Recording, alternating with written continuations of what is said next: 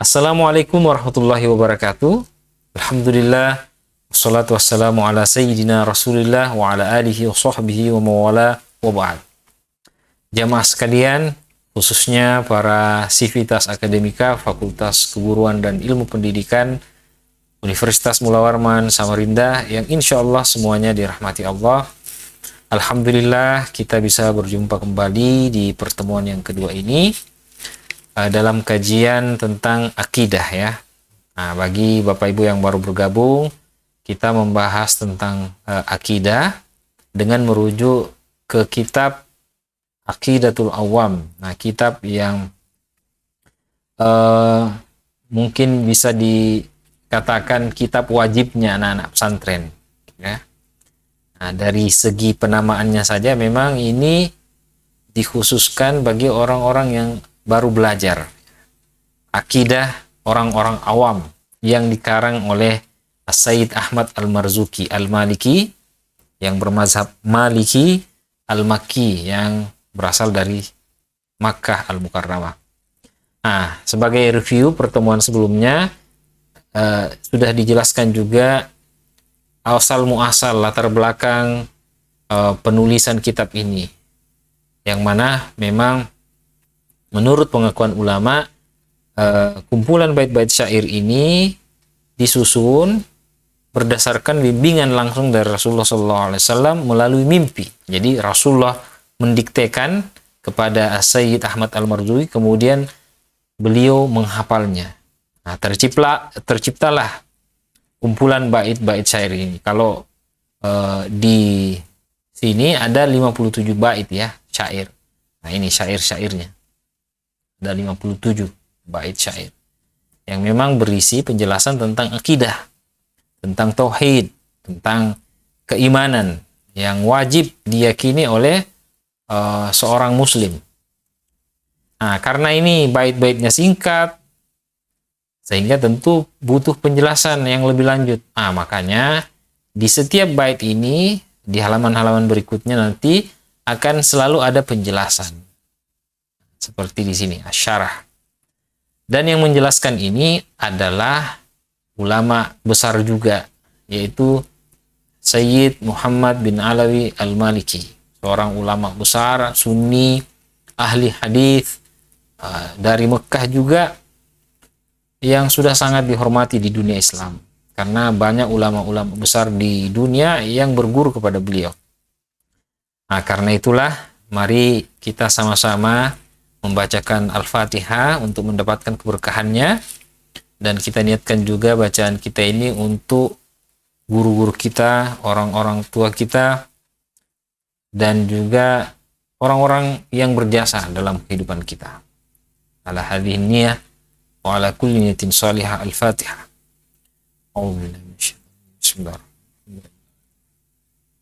Iyyaka na'budu wa iyyaka nasta'in. Shiratal ladzina. Nah, jemaah sekalian, jadi di pertemuan pertama kemarin kita sudah membaca bait pertama ya. Ini bait pertamanya. Nah, sekarang kita masuk penjelasannya. Asy-syarhu. Qala al-musannif rahimahullahu wa nafa'ana bi ulumihi fid dharain. Penjelasan. Abda'u fi ta'lifi hadhihi al-manzumati aqidatil awami bil basmalati. Saya memulai penyusunan kumpulan-kumpulan bait akidah awam ini dengan ucapan basmalah. Musta'inan billahi azza wa jal, dengan memohon pertolongan kepada Allah Subhanahu wa taala yang wasi'at rahmatuhu kulla syai'in, yang mana rahmatnya sangat-sangat luas, mencakup segala sesuatu. Wa tataba'a fa'uhu wa in'amuhu min ghairi inqita'in wala insiramin. Dan pemberiannya, nikmat Allah itu tidak pernah berhenti, terus menerus, sambung menyambung. Tatabu min ghairin qita'in, tidak pernah terputus. Nyawa ini nikmat, pemberian daripada Allah, tidak pernah berputus, kecuali nanti kalau kita mati. Wala insuramin, dan juga pemberian Allah, nikmatnya itu tidak ada potongan, ibaratnya tidak ada pajak. Biasanya kalau kita gajian atau dapat honor pembicara misalnya, Bapak Ibu yang sering jadi pembicara biasanya itu ada pemotongan 10% ya, honor pembicara. Nah, kalau pemberian dari Allah, nikmat dari Allah itu tidak ada potongan, wala insiramin, tidak pernah terputus. Awalan. Nah, di sini ada alasan kenapa pengarang kitab ini memulai dengan basmalah. Yang pertama, iqtidaan bil kitabil azizi. Mengikuti, menjiplak, meniru apa yang ada di dalam Al-Quran. Tartiban, secara tertib penulisan. La nuzulan.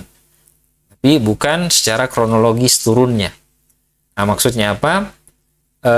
Kita tahu di dalam Al-Quran kan ayat pertama basmalah ya. Surah Al-Fatihah ayat pertamanya basmalah. Itu yang membuka Al-Quran. Secara mushaf, tulisannya, redaksinya. Tapi secara nuzul tidak. Secara kronologinya tidak. Karena ayat yang pertama turun itu bukan bismillah, tapi Iqra bismi rabbikal ladzi khalaq. Nah, meskipun Iqra ayat pertama, tapi yang memulai penulisan Al-Quran itu adalah Bismillahirrahmanirrahim, sesuai dengan perintah dari Rasulullah SAW. Jadi Rasulullah yang memang memerintahkan kepada sahabatnya untuk menulis sesuai apa yang kita baca sekarang. Nah, itu. Jadi alasan pertamanya pengarang kitab ini untuk menjiplak, mengikuti apa yang ada dalam Al-Quran. Dalam Al-Quran memulai dengan basmalah, Bismillahirrahmanirrahim. Nah, kemudian tsanian, alasan kedua kenapa amalan bima ja'an Nabi sallallahu alaihi wasallam, mengikuti apa yang berasal dari Nabi. Nabi pernah bersabda, kullu amrin dibalin la yubda'u fihi bi bismillahirrahmanirrahim fahuwa aqta. Segala urusan perbuatan yang tidak dimulai dengan bismillah, maka perbuatannya itu terputus. Rawahul Khatib an Abi Hurairah radhiyallahu anhu marfu'an. Diriwayatkan oleh Al-Khatib dari jalur Abi Hurairah, sahabat Nabi yang paling banyak meriwayatkan hadis. Semoga Allah meridhoinya, marfu'an. Nah, ini hadis marfu'. Nah, jadi dalam ilmu hadis itu ada 3 jenis hadis dari segi penyandarannya. Hadis marfu adalah hadis yang disandarkan, dinisbatkan kepada Nabi. Nabi yang mengucapkan, Nabi yang bersabda. Namanya hadis marfu. Ada hadis kedua, namanya hadis mauquf ya. Hadis mauquf itu hadis yang disandarkan kepada sahabat. Sahabat yang mengucapkan hadis juga namanya. Tapi hadis mauquf, sahabat yang mengucapkan. Ada juga hadis maqtu'. Hadis yang disandarkan kepada tabi'in. Bukan nabi, bukan sahabat yang mengucapkan, tapi tabi'in. Itu hadis maqtu'. Nah, wahu aqta, terputus. Apa yang dimaksud terputus di hadis ini? Naqisun wa qalilul khairi wal barakah. Kurang. Tidak sempurna, sedikit kebaikan dan keberkahannya. Kalau tidak memulai dengan bismillah. Maka kita memulai segala sesuatu dengan bismillah supaya apa? Supaya keberkahannya, kebaikannya, pahalanya itu sempurna dan banyak. Makanya Nabi memang menganjurkan kita untuk memulai sesuatu dengan basmalah. Nah, kemudian alasan yang ketiga, tsalitan ta'siyan bin Nabi sallallahu alaihi wasallam. Mengikuti Nabi, kebiasaannya, fa innahu yaftatihu kutubahu wa rasailahu bil basmalah. Karena menjadi kebiasaan Nabi itu menulis kitab atau surat-surat dengan basmalah, memulai menulis surat itu dengan basmalah. Kama jaa fi kitabihi sallallahu alaihi wasallam ila Harqal wa ghairihi, sebagaimana Nabi menulis surat kepada Raja Heraklius dan raja-raja yang lain. Nah, Heraklius ini adalah kaisar Romawi ya, Romawi Timur atau Bizantium yang berkuasa di abad ke-6 Miladiah. Jadi Nabi sering menulis surat, bahkan menjadi media dakwah Nabi dulu. Menulis surat semacam korespondensi, kirim kepada raja-raja, mengajak mereka untuk beriman, memeluk Islam. Kepada Raja Heraklius, kepada Raja Kisra, dan raja-raja lain. Nah, menurut ada ulama namanya Ibnu Tulun ad-Dimashq, Muhammad Ibnu Tulun ad-Dimashq, menulis ada kitab namanya A'lamus Sa'ilin. Beliau mendokumentasikan ada 50 surat dalam sejarah yang Rasulullah pernah tulis dan kirim kepada raja-raja. Jadi memang tulisan-tulisan Nabi itu dalam bentuk surat itu bentuk dakwah, media instrumennya Nabi untuk berdakwah di kalangan para pemimpin suku atau raja-raja yang hidup di zaman beliau. Nah, jadi kalau kita lihat ya, Bapak Ibu sekalian, hadirin sekalian, Nabi yang punya kebiasaan menulis surat dengan memulai basmalah di sini. Padahal yang kita tahu Nabi itu buta huruf, tidak bisa menulis. La naktib, nahnu ummatun ummiyah, kata Nabi. Tapi di sini Nabi punya kebiasaan menulis karena memang ada perdebatan di kalangan ulama. Ada yang meyakini, dan ini yang banyak, bahwa Nabi memang tidak bisa menulis, tidak bisa membaca. Umat yang ummiyah. Ada juga yang mengatakan enggak, Nabi bisa membaca, Nabi bisa menulis. Karena katanya susah untuk dipahami. Tidak masuk akal kalau orang yang sehebat Nabi, yang bisa menyatukan suku-suku, tidak bisa menulis. Apalagi kalau kita bawa dalam konteks sekarang, ya untuk melihat kehebatan seseorang itu dilihat seberapa hebat dia dalam literasinya. Bacaannya apa, tulisan-tulisannya apa.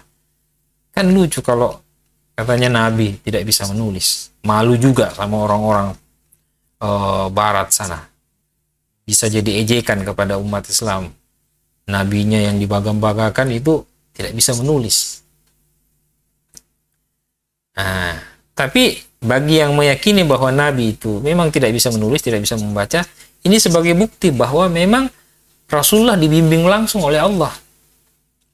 Karena memang ada yang menganggap Al-Quran itu adalah buatannya Nabi, karangannya Nabi, tulisannya Nabi. Nah, karena Nabi memang terkenal orang yang tidak bisa menulis, membaca, bahasa, mohon maaf, literasinya rendah, sehingga Al-Quran itu yang tidak mungkin ditulis oleh beliau, berarti itu adalah firman Allah Subhanahu wa Ta'ala. Karena kalau Nabi pintar menulis, pintar membaca, ya orang semakin ragu, oh jangan-jangan Al-Quran itu adalah buatannya Nabi Muhammad. Nah, jadi logikanya logika terbalik. Nabi tidak bisa membaca, menulis, nah itu sekaligus memperkuat kemukjizatan Al-Quran memang bukan buatannya Nabi. Buktinya apa? Nabi tidak bisa membaca, menulis. Murni adalah firman Allah Subhanahu wa Ta'ala. Jadi itu perbedaan pendapat. Di samping juga karena memang dalam sejarah ada kutabul wahyi, ada para sekretaris Nabi. Ubay bin Ka'ab, Zaid bin Thabit, yang memang sahabat-sahabat terkenal sebagai juru tulisnya Nabi. Ketika ada Al-Quran turun, dicatat oleh mereka. Nah, bahkan termasuk surat-surat yang dikirim kepada para pemimpin suku, kepada para raja itu, sekretarisnya, penulis suratnya adalah Zaid bin Thabit atau Ubay bin Ka'ab. Nah, kita lanjut. Qala an-Nadhim rahimahullah, ini bait kedua.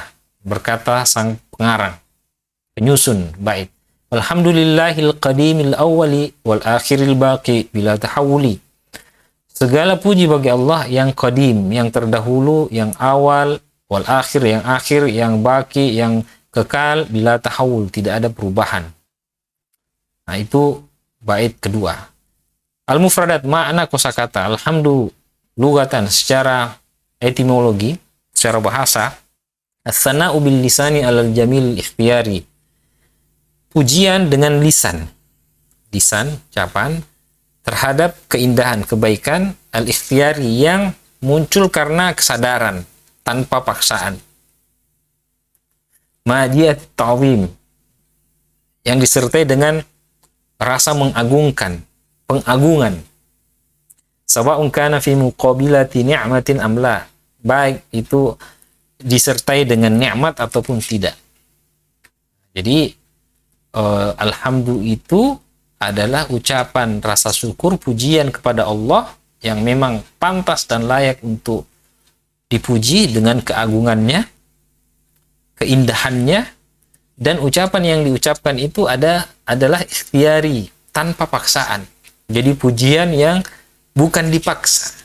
Nah, berbeda pujian kita misalnya kepada atasan kita, ya mungkin ada udang di balik batu, atau kepada siapapun kita memuji orang lain, ya karena bukan ikhtiari, bukan secara sadar, keinginan diri sendiri, tapi karena adanya paksaan dari luar.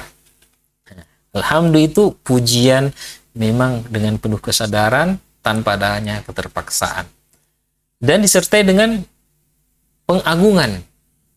Sawa'un kana fi muqabilati ni'matin amla.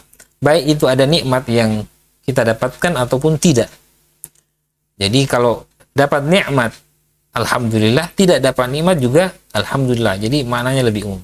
Nah, itu secara bahasa. Wa syar'an, secara syariat, fi'lun yumbi'u an ta'zimil mun'im bisabab kaunihi mun'iman. Perbuatan.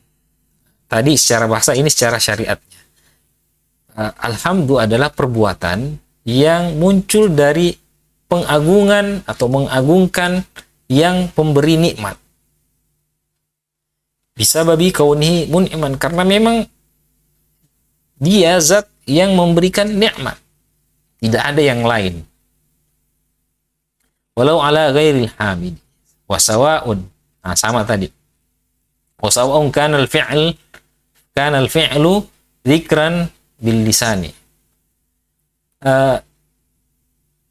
Baik itu perbuatan yang dimaksud adalah zikir, ucapan dengan lisan, au mahabbatan bil jinani, ataupun rasa cinta, kecintaan, au amalan bil arkani, ataupun dengan perbuatan. Jadi ini lebih umum lagi, perbuatan apapun itu. Kalau yang makna bahasa tadi adalah lisan, terbatas pada lisan secara bahasa, tapi secara syariat ini bisa mencakup segala hal, perbuatan, baik itu lisan, bahkan dalam diri, kecintaan, maupun perbuatan sehari-hari. Jadi alhamdulillah itu tidak hanya zikir saja, tapi dalam hati juga senang, cinta, syukur. Nah, begitupun perbuatan. Al-Qadim, sifat Al-Qadim, kadimnya Allah, terdahulu. Apa yang dimaksud qadim, terdahulu? Al-Mawjud, yang ada. Alladzi laisa liwujudihi ibtida'un, tapi keadaannya, adanya Allah itu tidak dimulai dengan permulaan. Adanya Allah itu tidak dimulai dengan permulaan. Beda dengan kita. Kita ada, tapi ada permulaan. Tahun 45, saya belum ada, saya belum lahir. Saya ada ketika saya pertama kali dilahirkan ke muka bumi ini. Nah, itu mulai, saya ada. Tapi adanya Allah itu tidak ada permulaan. Wal mawjudu alladzi lam yazal, dan adanya Allah itu terus, senantiasa, tidak ada ujungnya.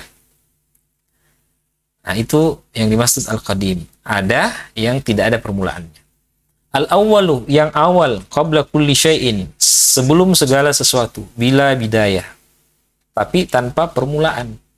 Jadi jangan anggap Allah sebelum segala sesuatu ada permulaannya, enggak. Sebelum ada sesuatu, apapun itu, tapi adanya awal yang dimaksud adalah tidak ada permulaan.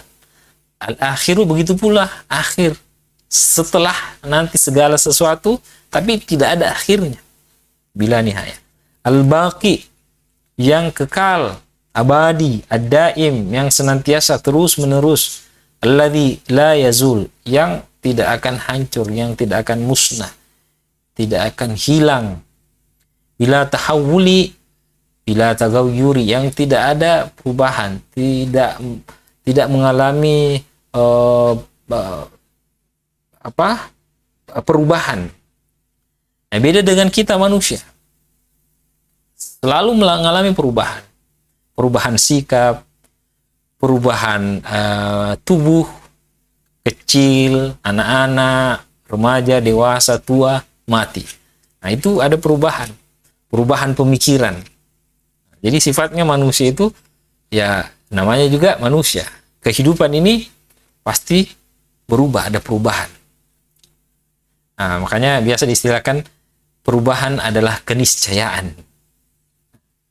Keniscayaan harus berubah. Kalau kehidupan itu pasti ada perubahan. Tapi Allah la tahawul, la tagayyur, tidak ada perubahan. Bahwa tafsirun lil baqi. Bila tagayyur ini adalah penjelasan terhadap makna al-baqi yang kekal abadi. Keabadiannya Allah itu tidak ada perubahannya. Nah, itu makna mufradat. Asy-syarhu, penjelasan. Wa abda'u aidan idafiyan fi ta'lifi hadhihi al-manzumati bilhamdi lahu.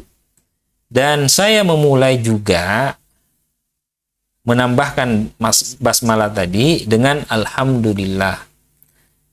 Alhamdulillah ay bisana'i 'ala Allahi al-qadimil awwali al-akhir al-baqi bil lisani. Memuji Allah yang qadim, yang terdahulu, yang awal, yang akhir, yang kekal abadi, bil lisani, dengan lisan. Jadi dengan lisan. Nah, kalau ini ditulis ya dengan tulisan. Makanya tadi maknanya umum, bukan hanya lisan, bisa juga dalam bentuk tulisan. Ma'a ta'zimhi, tapi disertai dengan mengagungkan, pengagungan terhadap Allah. Wa i'tiqadi anna kulla thana'in thabitun lahu. Beserta keyakinan bahwa segala pujian itu hanya pantas bagi Allah Subhanahu wa ta'ala. Tidak ada pujian yang pantas kecuali kepada Allah. Hanya Allah Subhanahu wa ta'ala yang pantas untuk dipuji, tidak ada yang lain. Nah, kemudian dijelaskan juga alasan kenapa alhamdulillah ini ditulis di awal-awal bait ini. Nah, sama seperti tadi basmalah, ada beberapa alasan. Di sini ada dua alasan. Alasan pertama, amalan biqoulihi sallallahu alaihi wasallam, mengamalkan sabda Rasulullah, kullu amrin dzibalin la yubda'u fihi bilhamdillahi fawaqta. Segala perbuatan urusan yang tidak dimulai dengan alhamdulillah fahuwa aqta, maka terputus. Nah, jadi ini riwayatnya mirip-mirip ya, tapi tidak sama. Jadi ada riwayat yang mengatakan tadi di basmalah, segala perbuatan yang tidak dimulai dengan basmalah adalah terputus. Nah, ini riwayat yang lain, segala perbuatan yang tidak dimulai dengan alhamdulillah maka terputus. Jadi basmalah dan alhamdulillah bedanya. Nah, kalau ini rawahu Abu Dawud wa ghairuhu, yang diriwayatkan oleh Imam Abu Dawud dan selainnya. Wa hassanahu Ibnu Salah, dan dianggap hasan oleh Ibnu Salah. Jadi ini kategorinya hadis hasan. Jadi ada hadis sahih, ada hadis hasan. Ini pembahasan tersendiri tentang ilmu hadis. Nah, itu alasan yang pertama. Kemudian alasan kedua, kenapa memulai juga dengan alhamdulillah, ada ali haqqin, adaan di haqqi syai'in, memberikan hak sesuatu, bima yajibu alaihi min syukrin na'mai, yang memang layak, wajib untuk disyukuri nikmat-nikmat itu. Allati minha ta'lif hadhil manzumah, yang salah satunya adalah penyusunan kitab ini, karangan ini. Nah, bait-bait ini bisa kita baca, ya harus disyukuri. Qala an-Nawawi rahimahullahu, pengarang mengatakan di bait yang berikutnya. Sedikit lagi. Tsumma sholatu wassalamu sarmada. Kemudian salawat serta salam yang terus-menerus ala nabiyyi, kepada nabi, khairi man qad wahada, sebaik-baik orang yang bertauhid. Kita jelaskan nanti. Wa alihi wa sahbihi wa man tabi', dan kepada keluarganya dan sahabatnya dan orang-orang yang mengikuti sabila dinil haqqi, jalan agama yang benar, yaitu agama Islam, ghaira mubtadi', tidak berbuat bid'ah. Nah, apa yang dimaksud? Al-mufradat, kosakata. Nah, di sini di bait ke berapa ini? Bait ketiga ya. Ketiga dan keempat ini. Sholawat. Jadi basmalah, alhamdulillah, sholawat. Sama seperti kita ketika membuka pembicaraan selalu, moderator, narasumber pembicara, penceramah itu selalu memulai dengan bismillah, alhamdulillah, dan wassalatu wassalamu ala rasulillah. Karena memang ini sunnah Rasulullah. Apa yang dimaksud as-sholatu? As-sholat di sini yang dimaksud adalah salawat. Secara bahasa, ad-du'a'u bi khairin. Salat itu adalah doa untuk kebaikan.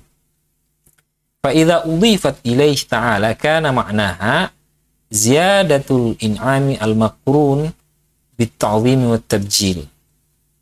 Kalau sholawat ini disandarkan kepada Allah, maka maknanya adalah tambahan nikmat yang disertai dengan pengagungan dan penghormatan. Wa tabjil, di tambahan nikmat yang disertai dengan pengagungan dan penghormatan. Kalau sholawat itu dari Allah, disandarkan kepada Allah. Sholatullahi wa salamuhu misalnya. Berarti itu adalah tambahan nikmat. Wa qad warada an Ibni Abbasin radhiyallahu anhuma. Dan dari Ibnu Abbas, diriwayatkan dari Ibnu Abbas, sahabat Nabi radhiyallahu anhuma, semoga Allah meridai keduanya, Ibnu Abbas dan bapaknya, anna sholata, sesungguhnya salat atau sholawat minallahi rahmatun, dari Allah itu adalah kasih sayang, rahmat. Wa minal abdi du'aun, dan sholawat dari seorang hamba adalah doa. Wa minal malaikati istighfarun, dan sholawat dari malaikat itu adalah permohonan ampun. Nah, jadi sholawat dari Allah adalah rahmat, kasih sayangnya. Dari hamba adalah doanya, dan dari malaikat adalah permohonan ampunnya. Innallaha wa malaikatahu shalluna 'alan nabi. Nah, inilah kemuliaannya Nabi. Nabi mendapatkan salawat, salam dari Allah sebagai bentuk rahmatnya. Dapat juga salawat daripada malaikatahu dalam bentuk permohonan ampunnya. Dan juga hamba-hamba Allah, alladzina amanu, ya ayyuhalladzina amanu shallu alaihi wa sallimu taslima. Doa kepada Nabi. Nah, jadi pengarang memulai dengan salawat karena memang keutamanya sangat besar. Bagaimana yang disebutkan dalam riwayat Ibnu Abbas ini. Assalamu, keselamatan. At-tahiyyatul la'iqatu bin Nabi sallallahu alaihi wasallam. Keselamatan, penghormatan, tahiyat yang pantas kepada Nabi sallallahu alaihi wasallam. Sarmada daiman, terus menerus. An-nabiyyu, An-nabi yang dimaksud adalah al-ma'hudu indal itlaq, yang sudah sangat masyhur, yang sudah sangat dikenal. Wa huwa sayyiduna Muhammad sallallahu alaihi wasallam. Nah, kalau ada istilah nabi, kalau ada kata nabi, ya tidak ada makna lain kecuali yang dimaksud adalah Nabi Muhammad sallallahu alaihi wasallam. Walahu ta'rifani. Nah, meskipun kata nabi itu ada dua maknanya, amun wa khosun. Ada makna umum, ada makna khusus. Fa'alal awwali huwa insanun dzakarun hurrun. Makna yang pertama, yaitu makna amnya, adalah Nabi itu manusia, laki-laki, merdeka. Nah, ini makna umum yang pertama. Nabi itu adalah manusia, laki-laki, hurrun. Kalau ada yang mengatakan Nabi itu dari binatang, enggak. Karena ini keluar dari maknanya ini. Kalau ada yang mengatakan Nabi perempuan, enggak. Nah, ini Nabi ya laki-laki. Hurrun, dia bukan hamba. Uhiya ilaihi bisyar'in, syaratnya 3 ini ya. Yang diwahyukan kepadanya suatu syariat, sawa'un umira bitablighihi amla. Baik perintahnya itu, syariat itu diperintahkan untuk disampaikan atau tidak. Jadi ada nabi yang diberikan syariat tidak diperintahkan. untuk menyampaikannya. Ada juga ya yang banyak kita tahu nabi ya memang diperintahkan untuk menyampaikan syariat, berdakwah. Fa in umira bidzalika farasulun aidun. Kalau dia diperintahkan untuk menyampaikan syariat, maka nabi dan rasul. Jadi kena dua-duanya, nabi dan sekaligus dia rasul kalau dia disuruh untuk menyampaikan. Tapi kalau hanya untuk dirinya saja, maka masuk kategori nabi. Makanya ada 6.000-an nabi dalam riwayat itu, sedangkan rasul itu hanya 25, karena memang yang diperintahkan untuk menyampaikan kepada orang lain itu hanya nabi dan rasul saja. Fan nabiyyu a'ammu minar rasul, maka nabi itu lebih umum daripada rasul. Kalau rasul memang diperintahkan untuk menyampaikan, kalau nabi enggak. Nah, itu makna umum yang pertama. Wa 'ala tsani, ada makna khusus yang kedua. Nah, tadi makna pertama adalah makna umum. Kemudian makna khusus yang kedua sama, syaratnya dia harus laki-laki, manusia, bukan binatang. Dia laki-laki dan dia merdeka, bukan hamba.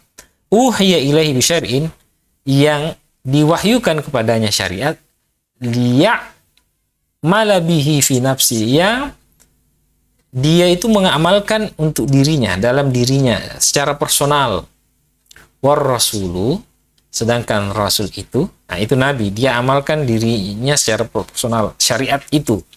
Sedangkan rasul itu insan, laki-laki, manusia laki-laki dan merdeka, 3 syaratnya juga, diberikan wahyu liyab yuballighahu ila ghairihi, yang memang dia disuruh untuk menyampaikan kepada orang lain. Wala yakunu illa rajulan, dan tidak mungkin, tidak boleh nabi itu, rasul itu adalah perempuan, dia laki-laki. Liqaulihi ta'ala, berdasarkan firman Allah, "Wa ma arsalna qablaka illa rijalan nuhi ilaihim." Dan tidaklah kami utus sebelummu kecuali laki-laki, yaitu rasul, nabi laki-laki, yang kami berikan wahyu kepada mereka. Wa huwa ala wajhaini, ada 2 bacaan. Jadi an-nabi ada 2 bacaannya. Ada nabiyun bitasydid dengan tasydid, ada nabiun dengan hamzah tidak pakai tasydid. Nah, insyaallah mungkin kita akan lanjut di pertemuan berikutnya saja ya, karena waktu. Kita cukupkan saja di halaman berapa ini? Halaman 18. Wa huwa ala wajhaini, bacaan tentang nabiyun. Insyaallah kita lanjut di pertemuan berikutnya. Semoga semuanya sehat afiat. Saya cukupkan sampai di sini dulu. Semoga bermanfaat dan berberkah untuk kita semua. Kita akhiri dengan sama-sama mengucapkan hamdalah. Alhamdulillahirabbil alamin. Saya akhiri, wallahul hadi ila siratal mustaqim. Assalamualaikum warahmatullahi wabarakatuh.